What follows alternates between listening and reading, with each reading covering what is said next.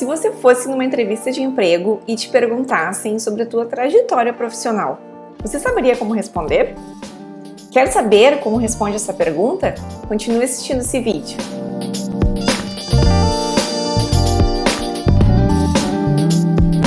Bom, pessoal, para responder essa pergunta, que se relaciona à sua trajetória profissional, provavelmente vocês vão ouvir a pergunta, o recrutador, fazendo o seguinte questionamento.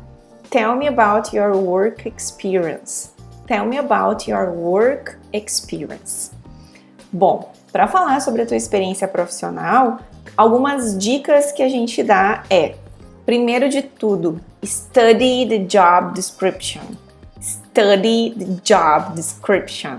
O que significa isso? É entender o que a vaga pede. Ou seja, qual é o gargalo e então destacar as tuas experiências relacionadas a esse gargalo que a vaga está solicitando. Então, sempre estuda o job description, ou seja, os requisitos para aquela oportunidade. Além disso, uma outra dica que a gente dá é fazer conexões claras, make clear connections. Sim, faz conexões lógicas e claras com a oportunidade e com os resultados ou projetos que você já teve e também que pode contribuir para a empresa. Associa isso, faz conexões com que façam sentido. A próxima dica que a gente dá é practice your answer. Practice your answer, ou seja, treine, simule, use estratégias mnemônicas para te auxiliar nesse treinamento. Se experiencie antes da entrevista para você se sentir mais autoconfiante. Próxima dica que a gente dá é use simple active statements, ou seja, como a gente está falando sobre uma entrevista em inglês, a lógica aqui é, ao responder em inglês, use sentenças simples, sem fazer muita adição de conteúdo ou de frases longas. A ideia aqui é melhor usar frases curtas, com verbos fortes, né, para delinear realmente as tuas habilidades. Então, frases curtas e mais simples podem ajudá-lo a parecer mais polido, com uma boa comunicação e também além de demonstrar confiança e proatividade. Ok?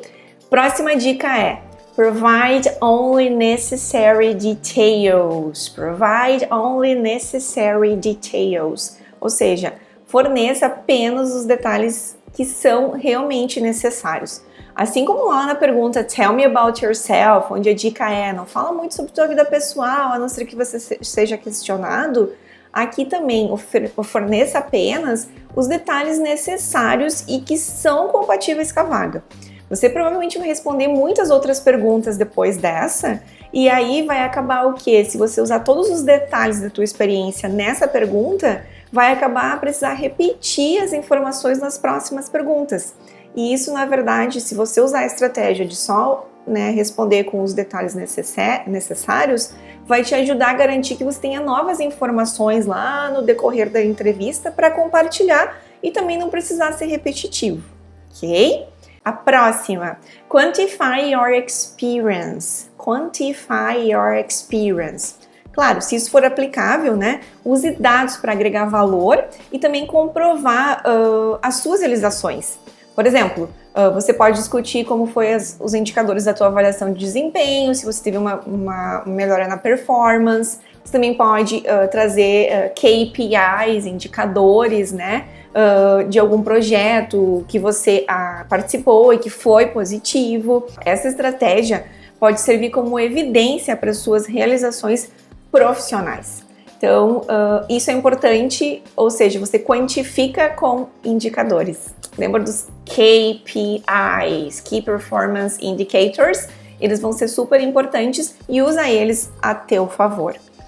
Próxima dica para responder essa pergunta é illustrate the connections. Illustrate the connections. É aqui que você pode usar exemplos diretamente ligados ao cargo, quais são as tarefas semelhantes às exigidas na nova função. Ou seja, nessa tua resposta aí, você pode declarar claramente o quão familiar você é com essas responsabilidades específicas. E também até discutir maneiras pelas quais você refinou esses projetos nas suas experiências anteriores. É válido, sim, considerar e discutir as suas habilidades em situações que você já prevê vivenciar nesse novo emprego, nesse novo cargo. Okay? E aí, a última dica nesse contexto é end with a go statement. Assim como lá no Tell Me About Yourself, encerra essa resposta no sentido de meta, de expectativas, de objetivos futuros. Acabe essa pergunta também, a resposta dessa pergunta também, falando com o que você deseja alcançar nessa posição. Você pode efetivamente finalizar a sua resposta, indicando quais contribuições que você pretende fazer para a empresa. Bom, pensando nesse contexto então, e depois das dicas que a gente tem para responder essa pergunta, nós dividimos, logicamente, a resposta em 3 grandes estratégias. Primeiro, falar sobre a timeline da sua carreira, ou seja, a linha do tempo da sua carreira. E aí, como é que responderia, como é que falaria isso em inglês? Depois também a gente traz vocabulário e conteúdos preciso em relação a cargos, salários. Depois, a gente traz também contexto de vocabulário e estruturas para falar dos cargos, dos níveis, das posições e também departamentos de uma empresa. E para finalizar, a gente termina com as responsabilidades, ou seja, aqui a gente vai trazer vários verbos utilizados para descrever as suas funções e as atividades no dia a dia. Vamos lá então, quem está animado aí? Vamos iniciar então, pela tua timeline.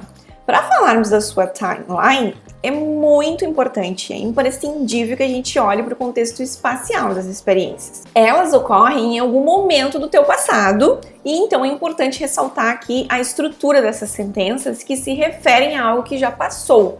Ou seja, nós vamos usar aqui o contexto espacial do Simple Past. E o que eu trago de atenção para esse contexto aqui é a conjugação desses verbos. Lembra? Eu trouxe aqui uma estrutura, você pode ver que para falarmos do passado, existem os verbos que categorizamos como regulares e irregulares.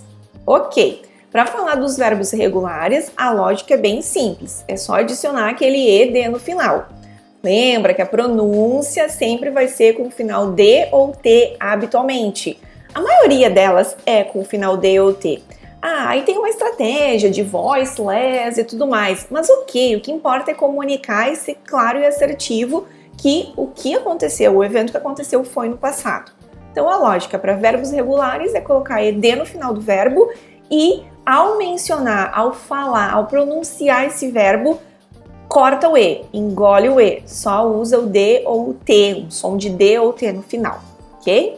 Mas também temos os tais dos verbos irregulares, que é aí que é o grande desafio mesmo, é de lembrar que o passado de go é went, o passado de drive é drove, o passado de eat é ate.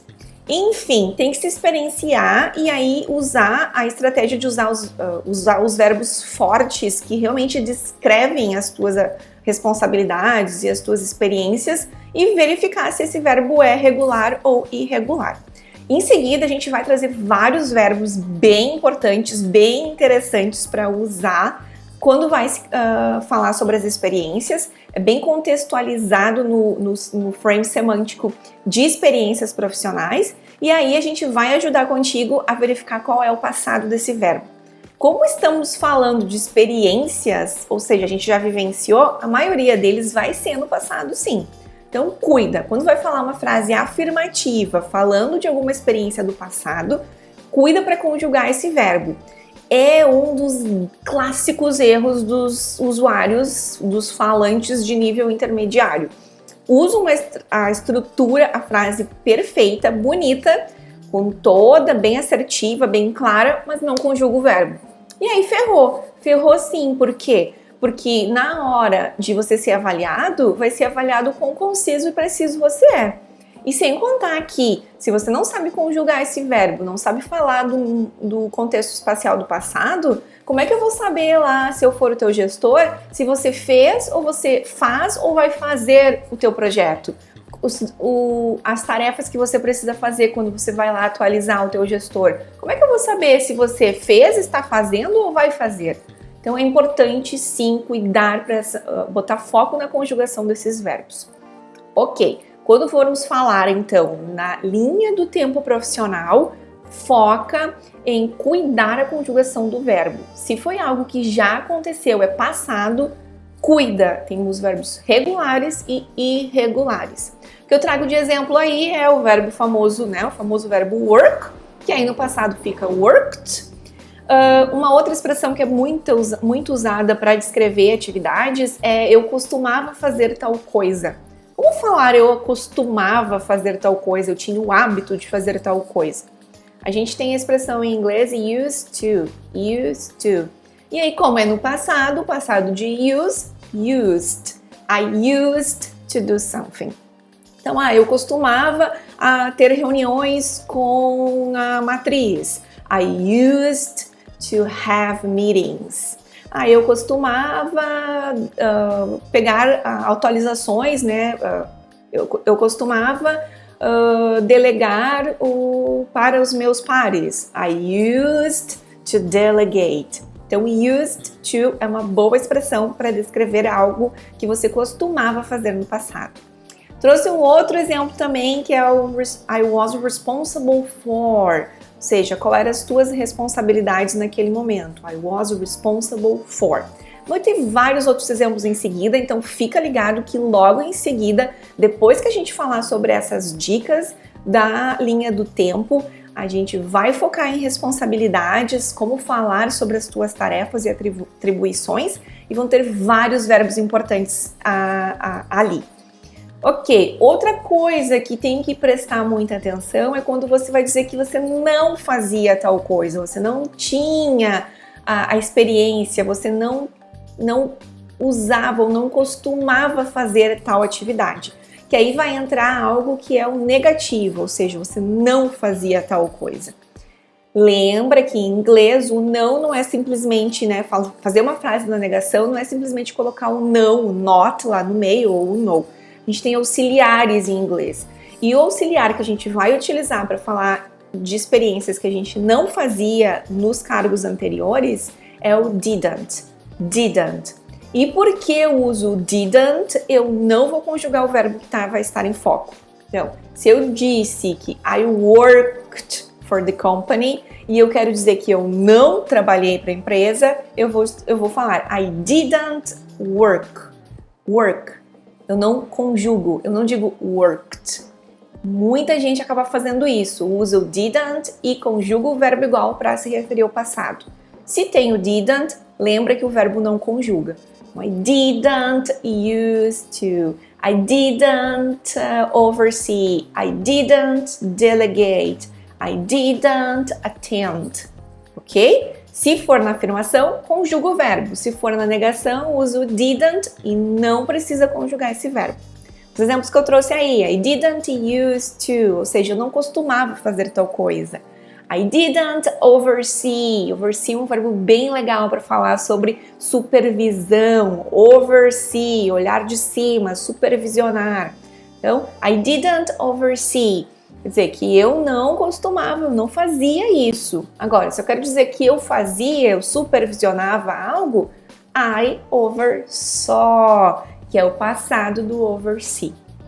Ok? Então, quando formos falar da nossa timeline profissional, foca, cuida em conjugar os verbos corretamente, principalmente se você vai falar das experiências que você teve, ok? Bom, o que eu trago aqui para vocês agora é vocabulário relacionado aos departments onde você trabalha. Obviamente, se você já é participante de uma empresa multinacional, você já ouviu o seu departamento em inglês em algum momento. Agora, se você está concorrendo a uma vaga e nunca teve experiência em departamentos de uma multinacional, aqui eu menciono os principais. Não quer dizer que não tenha mais, obviamente, provavelmente tenha muitos outros, mas esses são os principais, de que uma empresa padrão apresente. Então, o primeiro deles, na nossa esquerda, a gente vê que é o production. So, I work in production. I work in production. My department is production. Okay? Production, ou seja, a produção, a manufatura, onde as coisas realmente acontecem. Depois disso, o departamento que eu trago é o R&D. R&D, que significa Research and Development. Research and Development. O nosso famoso P&D, Pesquisa e Desenvolvimento. Okay? Lá a maioria dos engineers estão presentes. Um outro departamento que é bem tradicional também em empresas, na indústria, é o Purchasing. Purchasing Department. Aqui é o departamento de compras que tem muito envolvimento com suppliers, fornecedores. Outro departamento que está muito importante em empresas e que cada vez está crescendo mais é o famoso IT. Information Technology. Okay? Outro departamento também que é relacionado com vendas e às vezes estão juntos é o Marketing. Tem também Sales. Cuida na pronúncia. Sales. Não me vem com Sales aí, pelo amor de Deus, ok? Sales Department. Temos o HR, que significa Human Resources. Esse departamento é bem difícil de falar, sim, porque ele traz à tona o som do nosso R, que em inglês o H é o nosso R de restaurante, realidade, Human Resources. Human Resources. Eu ouço muita gente falando Woman Resources, ok? Woman, só que não. Human Resources, ok? Traz o R lá da garganta. Human Resources. E aí, se tem dificuldade de falar, não fala Human Resources, principalmente o pessoal de RH aí. Se é difícil de falar, e eu sei que é mesmo, usa HR, o nosso famoso RH, ok? Usa as iniciais porque ele te ajuda a não ter a dificuldade de pronunciar. Human Resources, HR. I work in HR, ok? E Finance. Ah, quer dizer que só tem esse departamento em empresas multinacionais? Claro que não, tem vários outros departamentos. O que eu estou trazendo aqui são os mais populares, os standard de uma empresa. Se você tiver algum departamento que você trabalha e não mencionei aqui, coloca nos comentários. Traz pra gente informações dos departamentos que você trabalha e como se fala ele em inglês, que vai ajudar as outras pessoas também a adquirirem e aumentarem o vocabulário, ok? Bom, então, uma das questões é mencionar o departamento. Outra questão super importante é falar sobre a tua posição, o teu cargo. Eu não trouxe todo o flowchart organizacional aqui, mas numa lógica geral, a gente começa, né, lá de cima tendo o CEO, Chief Executive Officer, e aí abaixo desce com os VPs, Vice Presidents, dependendo do departamento, e aí descendo, né, escalonando abaixo tem os managers, que são os gestores em si, e tem outros muitos cargos abaixo dos managers. Coordinator, supervisor, analyst, specialist, intern, o estagiário, intern. Bom, se você faz parte de uma posição que eu não mencionei aqui, compartilha com a gente qual é o teu cargo e qual é o teu departamento para juntos a gente construir e adicionar mais vocabulário. Além das positions, algo que é muito importante também, pensando em relação a cargos, é o nível desse cargo. E aí entra a questão de como dizer pleno em inglês. Ok, a gente sabe que entre os níveis do cargo nós temos o júnior, o pleno e o sênior, certo? Ok, isso em português. Como falaríamos, por exemplo, em inglês que eu sou um analista júnior? Ok, logicamente inverte, porque a qualidade vai na frente, lembra disso? Então, vou mencionar, I am a junior analyst. I am a junior analyst. Ok. Se eu for um sênior, vou mencionar o sênior na frente do cargo. Então, vamos imaginar que eu sou um analista sênior. Ok. I am a senior analyst. E aí? E se eu for pleno? Como eu falo? Não vem olhar lá no tradutor, me dizer que é plain ou algo nesse estilo, porque não vai fazer nenhum sentido. Simplesmente não falamos nada em relação ao cargo quando for pleno, porque isso subentende que você está entre o júnior e o senior. Então você vai simplesmente dizer I am an analyst. Claro, mencionando o departamento na frente. I am a quality analyst. I am an engineering analyst. I am a purchasing analyst. I am an IT analyst. Cuida para não mencionar nada quando o nível do teu cargo for pleno, ok? E aí também para te ajudar em relação às tuas responsabilidades, eu trouxe aqui para vocês alguns dos verbos interessantes, dos verbos mais fortes que descrevem responsabilidades e também tarefas nos cargos. Duties and responsibilities. O primeiro dos verbos é o involve. Involve. Como eu vou falar da minha experiência no passado, esse verbo tem que estar conjugado. Involve é um verbo regular, o passado dele, involved. Involved. So, my job involved visiting new clients. Se você é de vendas, provavelmente essa frase faça muito sentido para ti. My job involved visiting new clients. Ou seja, né, o que envolve, né, o meu trabalho é visitar novos clientes. Uma outra expressão, um outro verbo muito forte para falar sobre as suas responsabilidades e experiências é responsible for. Responsible for. Tem que cuidar aqui porque o verbo em si é o verbo to be, porque é ser responsável por algo, ou seja, eu era responsável por algo. Então eu vou usar o verbo to be no passado. I was responsible for. I was responsible for the financial department and for planning the annual budget. Ou seja, se você trabalhava no departamento financeiro, tem experiência no departamento financeiro, essa frase, essa experiência faz muito sentido para ti. I was responsible for the financial department and for planning the annual budget. Outra expressão, outro verbo muito forte para falar das experiências é o deal with.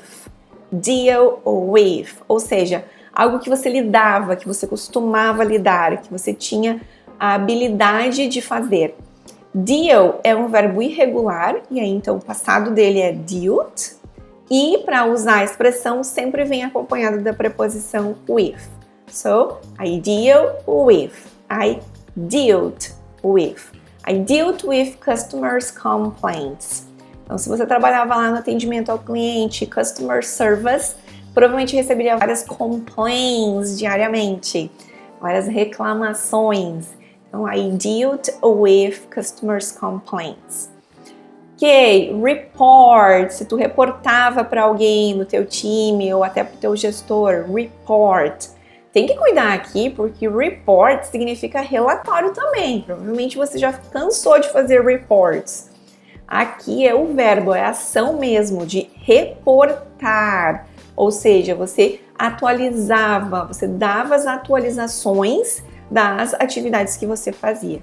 I reported, você respondia. I reported to the CEO of the company. Ou seja, eu reportava. Reported. Reported, reported, report, reported. Tá vendo a diferença? Ok. Negotiate, e aí a gente usa com a expressão used to. I used to. O used to, ele é um coringa para falar das atividades do passado.